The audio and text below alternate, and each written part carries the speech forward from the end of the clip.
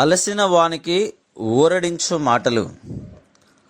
సహోదరుడు భక్తసింగ్ గారి పరిచర్య నుండి సేకరించిన అనుదిన ధ్యానములు.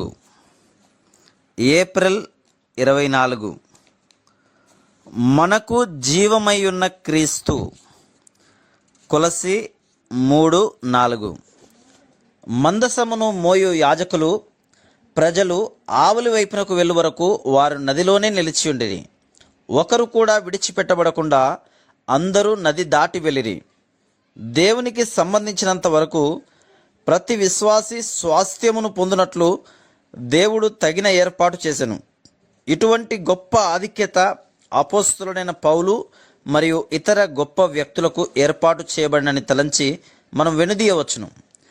ఎవరైతే యేసుక్రీస్తు ప్రభు యొక్క శిలువయందు విశ్వాసముంచుదురో వారు తమ స్వంత సామర్థ్యంపై ఆధారపడకుండా విశ్వాసముతో యేసుక్రీస్తు ప్రభు యొక్క విజయమును తమ హక్కుగా పొంది స్వాస్థ్యములో తమ భాగమును పొందవచ్చునని దేవుడు చూపించుచున్నాడు.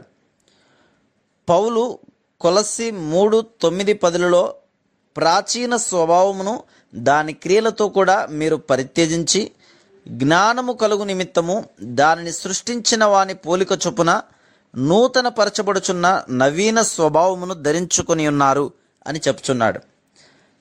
నది దాటుట అనున్నది ఇశ్రాయేలు ప్రజలు తమ పాత జీవితమును విడిచిపెట్టి నూతన జీవితంలోనికి ప్రవేశించుచున్నారు అను దానిని తెలియజేయుచుంది.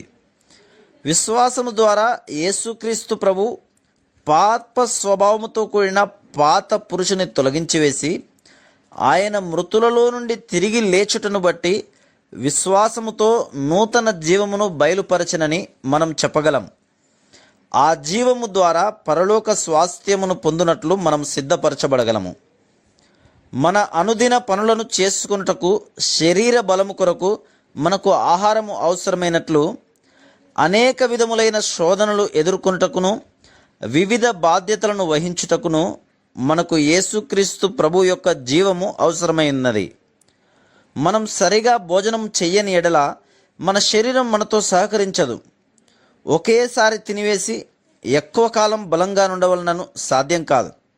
దినమునకు 2-3 పర్యాయములు భోజనం అవసరమైనది.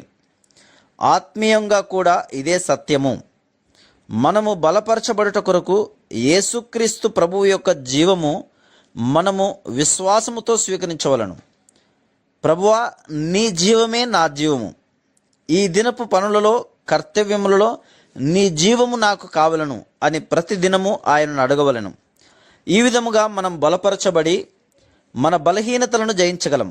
లేని ఎడల మనము తప్పక తప్పిపోయి బలహీనులముగానే ఉందుము. Praise the lord.